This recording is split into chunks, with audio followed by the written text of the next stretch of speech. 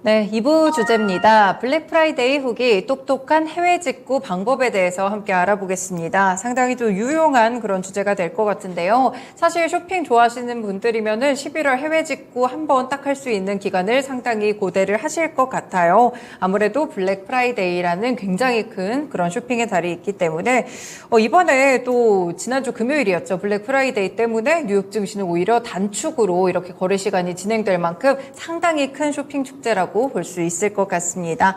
과연 많이 좀 팔렸을까 이런 궁금증이 생기는데 일단 먼저 연희님한테 여쭤볼게요. 네. 블랙 프라이데이 때 뭐 좀 사셨어요? 저는 블랙 프라이데이 아니어도 저희 가끔 세일 많이 하는 것들을 사곤 하는데요. 특히나 네. 진짜 11월 돼서 할인 폭이 많이 늘어났다는 것들을 체감해서 그동안 약간 필요했었던 것들은 약간 장바구니 담아서 구매를 했습니다.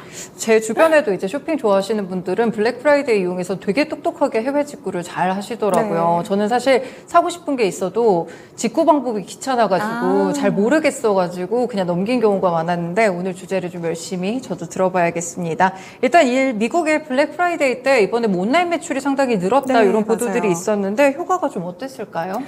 일단 이제 미국에서는 블랙 프라이데이가 정말 최대 쇼핑 행사고요. 그쵸. 그래서 추수감사절, 블랙 프라이데이, 그리고 오늘 사이버 먼데이까지 합해가지고 한 5일 정도의 기간이 있잖아요. 네. 이 기간을 전후로 이제 미국의 다양한 기업들이 대규모 할인이라던가 또 이제 프로모션을 상당히 많이 진행을 합니다. 이 기간 동안의 매출이 연간 한 20%의 매출을 차지할 정도로 소비가 굉장히 많이 이루어지는 시기이기 때문에 미국에서는 이 시기를 연중 최대 쇼핑 행사 기간이다 이렇게 꼽고 있어요. 네. 그래서 이제 추수감사절 기간부터 5일간의 소비가 올해 미국인들의 소비 의지의 지표로도 삼고 있는 이제 지표라고 볼 수가 있습니다. 하지만 이제 블랙 프라이데이가 되기 이전에 시장에서는 워낙에 이제 물가도 굉장히 많이 올랐고 금리 인상으로 인해서 이자 부담도 많이 가중이 됐으니 소비자들의 지출은 좀 적을 수도 있겠다라는 우려도 함께 나왔었거든요. 네. 이제 보통 우리가 코로나 이전의 블랙 프라이데이, 미국 쪽에서 블랙 프라이데이를 좀 떠올려 본다면 쇼핑을 하려고 전날부터 이제 줄을 길게 서가지고 맞아요. 이제 오픈런을 하는 그런 뉴스들을 굉장히 많이 보셨을 것 같아요.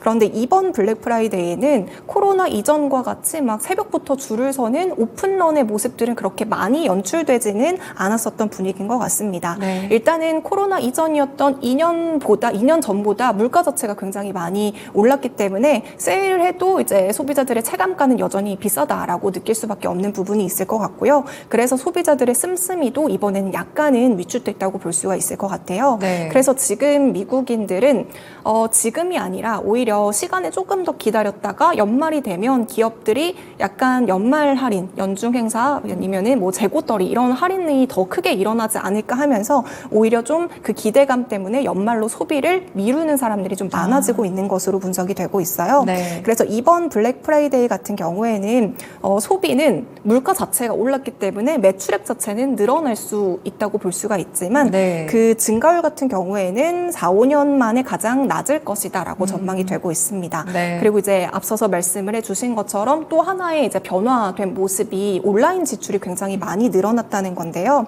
아무래도 이제 오프라인에서 온라인 쪽으로 이제 약간 변화의 바람이 움직이고 있고 또 이제 온라인 중에서도 모바일 쇼핑을 하는 사람들이 늘어나면서 이 안에서 쉽게 굳이 오픈런을 하지 않고서도 휴대폰 하나로 가격을 쉽게 비교를 해볼 수가 있고 또 결제 자체도 굉장히 편리하다 보니까 굳이 새벽부터 줄을 서서 오픈런을 할 필요가 없어졌다라는 거예요. 네. 그래서 마스터카드에서 이번에 블랙 프라이데이 매출을 좀 분석해 보니까 실제로도 매장에서의 매출 비중이 한 1% 증가에 그쳤던 반면에 온라인 매출 같은 경우에는 8% 정도 증가하면서 온라인으로 구매하는 사람이 굉장히 많이 늘어났다라는 것도 하나의 또 변화된 포인트라고 볼 수가 있겠습니다. 네. 지금 지난 10월 소매 판매가 얼마 전에 발표가 됐잖아요. 그 네. 지표가 7개월 만에 좀 감소하면서 미국의 소비 지출에 대한 그 둔화 움직임이 약간 조짐을 보이기 시작했는데 남은 연말까지 4분기에 소비 지출이 어떻게 변화할 것인지는 우리가 조금 더 지켜봐야 될 것 같습니다. 네, 오늘 이제 있을 사이버 먼데이까지 함께 합쳐가지고 소비에 대한 데이터가 어떻게 나올지 조금 더 자세하게 알아볼 수 있을 것 같은데요. 다만 확실한 점은 이 소비에 대한 행태가 좀 바뀐 것 같습니다. 뒤에 보이는 표에 보시다시피 이렇게 온라인에 대한 매출이 사상 최대치 98억 달러를 기록했다는 점이 이번 블랙 프라이데이의 특징으로 좀 잡히고 있는 것 같은데요.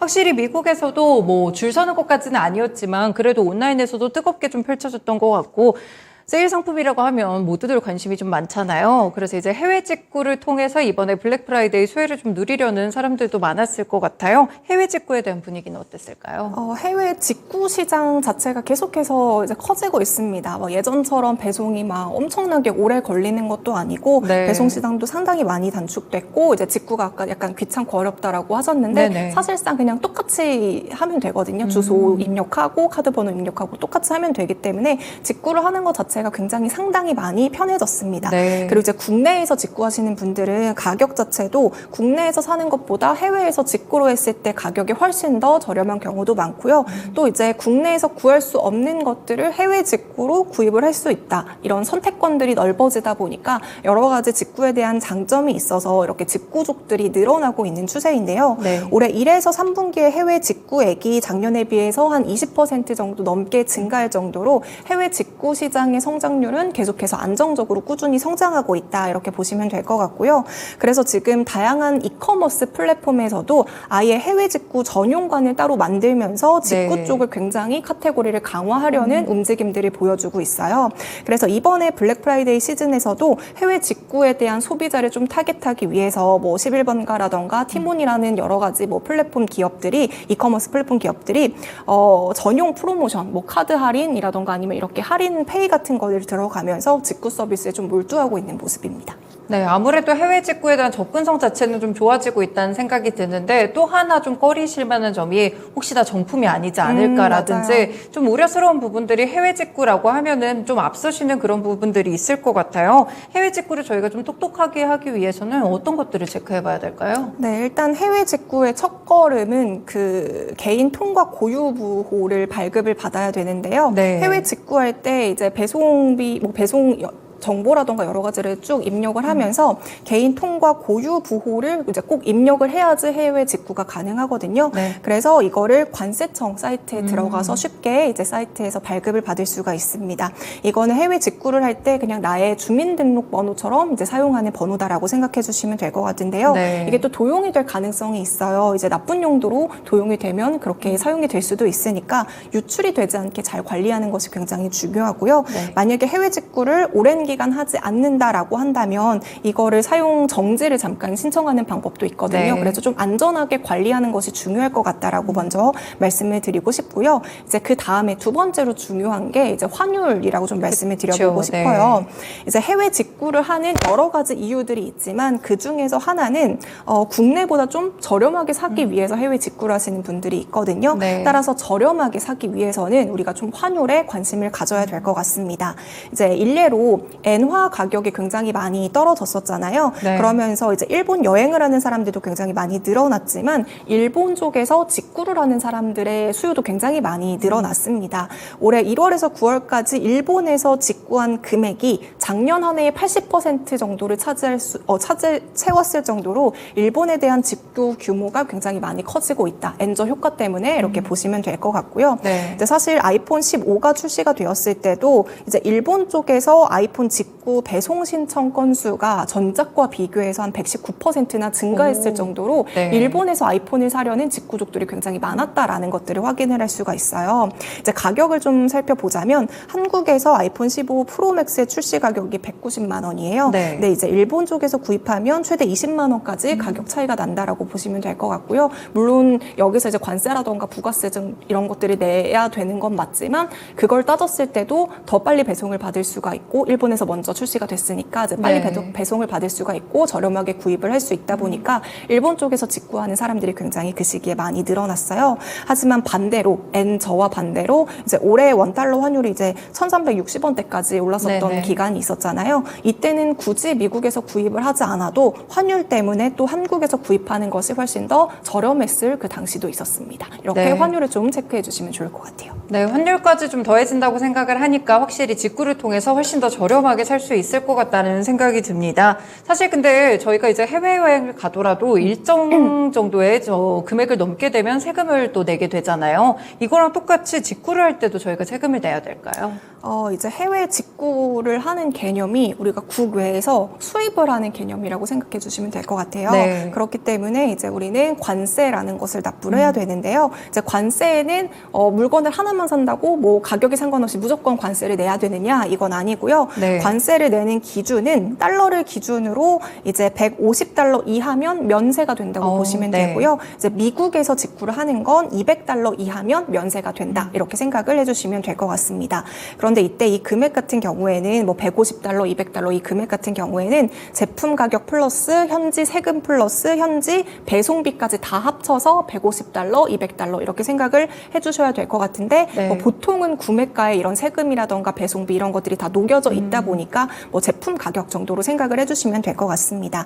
그리고 이제 또 하나 체크를 해주셔야 될 게 내가 이제 150달러 미만의 좀 저렴한 제품들을 따로따로 같은 국가에서 샀어요. 네. 따로따로 샀는데 통관 날짜가 겹치면 그 여러 가지 상품이 하나로 이제 합산이 되거든요. 그래서 그렇군요. 가격이 합산이 돼요. 그래서 그 여러 가지 택배 합산 금액이 150달러를 넘게 되면 역시나 관세를 물어야 된다. 이렇게 생각을 해주시면 될 것 같고요. 그래서 좀 저렴한 것들을 관세를 물지 않으려면 배송 날짜를 좀 피해서 좀 구매를 해주시는 게 현명하지 않을까라고 말씀을 드려보고요. 네. 아무튼 이 금액을 초과하는 순간부터 수입 신고 대상으로 관세를 납부를 해야 되는데요. 내가 어떤 품목을 샀는지 그리고 그 물건을 구매한 국가에 FTA 협정 관세 그 적용이 되어 있는지에 따라서 네. 관세율은 조금씩 차이가 날 수가 있으니까요. 정확하게 내가 얼마를 납부해야 되는지 궁금하다 하시면 관세청에 들어가서 조회를 해보시면 되겠습니다.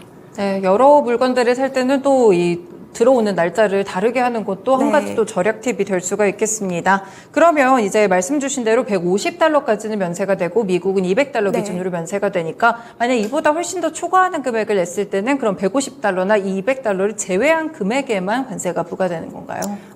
이거를 가장 많이 오해하시는 것 중에 하나인데요. 네. 이제 150달러, 200달러까지는 면세를 해준다라고 하니까 만약에 내가 300달러짜리 제품을 사면 미국 이외의 나라를 포함해서 이제 150달러잖아요. 그쵸. 그러면은 300달러를 샀으면 150달러를 제외하고 150달러에서 관세를 내야 되는 거예요 라고 생각하시는 분들이 가장 많은데요. 네. 관세를 낼 때는 어떠한 공제를 해주지는 않습니다. 그렇기 네. 때문에 300달러에서 관세를 내야 된다 이렇게 생각을 해주시면 될 것 같고요. 그리고 여기에 부가세도 10%가 함께 붙는다는 것도 생각을 해주시면 될 것 같아요. 그럼 이 관세 납부는 어떻게 하나요? 라고 궁금해하시는 분들도 있는데 관세 납부 같은 경우에는 나의 이제 문자라던가 아니면 톡 메시지로 문자가 와요. 그러면 네. 내가 어떤 품목을 샀고 그에 대한 세금이 이러이러하니까 확인하고 납부하세요라고 이제 친절하게 알려줘요. 그러면 바로 납부를 하면 되기 때문에 뭐 세금 납부에 대한 과정은 그렇게 어려울 것은 없을 것으로 보입니다. 그리고 이제 만약에 내가 관세를 내고 비싼 물건을 사서 관세를 내고 직구를 했어요. 근데 네. 막상 받아봤는데 내 마음에 안 들어서 반품을 하고 싶을 때도 있잖아요. 그쵸. 이럴 때는 반품 확인 서류라던가 아니면 환불 영수증 여러 가지 서류를 몇 가지 제출하게 되면 내가 냈던 관세를 다시 환급을 받을 수 있기 때문에 이거를 꼭 신청해 주시면 좋을 것 같고요. 그래서 제가 앞서서 환율이 중요하다라고 말씀을 드렸는데 환율에 따라서도 관세 대상이 될 수도 있고 되지 않을 수도 있기 때문에 사실 직구를 할 때는 환율, 제품 가격, 관세, 배송비 이런 것들이 다 따져서 하는 게 가장 중요할 것 같습니다. 네, 그럼 저희가 직구할 때 팁에 대해서 지금 알아보고 있는데요. 그러면 또 다른 직구할 때 중요한 점이라고 하면 어떤 것들이 있을까요? 이제 보통 이제 직구를 하는 거는 대부분은 이제 내가 쓰려고 사는 경우가 많잖아요. 네. 그런데 이제 해외에서 싸게 사서 국내에서 약간 돈을 붙여가지고 이거를 판매하려고 이제 네. 직구를 하시는 분들도 있어요. 그런데 판매를 목적으로 하는 직구 같은 경우에는 물품 가격이 150달러가 이하던 이상이던 이 금액과는 전혀 관계가 없이 네. 무조건 수입 신고를 하고 관세를 납부한 뒤에 통관해서 국내에서 재판매를 할 수 있다. 이렇게 알아두시면 될 것 같은데요. 네. 앞서서 이제 150달러, 200달러에 면세를 해줬던 그 이유는 이게 자가 사용 목적이기 때문에 면세를 해준 거거든요. 네. 그렇기 때문에 판매를 위해서라면 금액에 상관없이 무조건 수입 신고를 해서 관세를 납부를 해야 된다라고 이제 생각해 주시면 될 것 같고요. 그렇지 않고 그냥 이제 국내에서 유통을 시킬 경우에는 밀수입이라던가 관세 포탈죄 등으로 좀 처벌을 받을 수 있다라는 것도 체크를 해주시면 좋을 것 같습니다. 네. 그래서 만약에 내가 관세를 내지 않는 물품을 중고장터 데이터에 뭐 해외 직구 새 상품입니다. 미개봉 새 상품입니다. 이런 식으로 올려요. 네. 이러면 역시나 제가 앞서서 말씀드렸다시피 관세 포탈제 이런 것들이 성립이 될 수 있기 때문에 네. 당연히 위법이라고 생각해 주시면 될 것 같고요. 만약에 내가 나를 위해서 샀는데 관세를 내지 않았어요. 그런데 팔고 싶어요. 그러면 30일 이내로 수입 신고를 하고 관세를 내면 판매가 가능은 합니다만 이렇게까지 세금을 다 내고 하면 팔아도 그렇게 아마 이제 이윤이 크게 없겠죠, 별로. 남지는 네. 않을 것 같아서 만약에 진짜 마음에 안 든다 하시면은 차라리 반품을 하는 것이 훨씬 더 현명할 것으로 보입니다.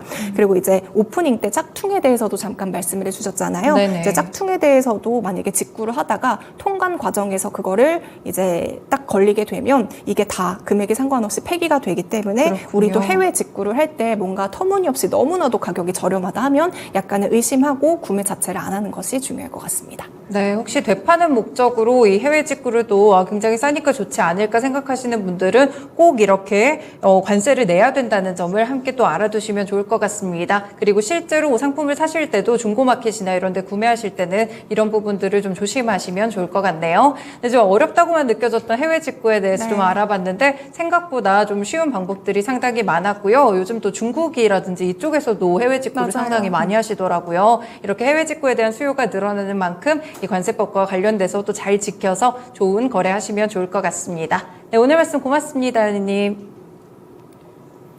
네, 이렇게 2부 쉬운 이슈 읽어주기까지 주식캐스터 연희님과 함께했습니다. 지금까지 다양한 투자 판단에 도움이 되는 말씀들 함께 전해드렸는데요. 특정 종목의 상승 하락을 보장하지는 않습니다. 토마토랜드 2.0 여기서 마치겠습니다. 남은 오후장 투자 잘하시길 바라겠습니다. 고맙습니다.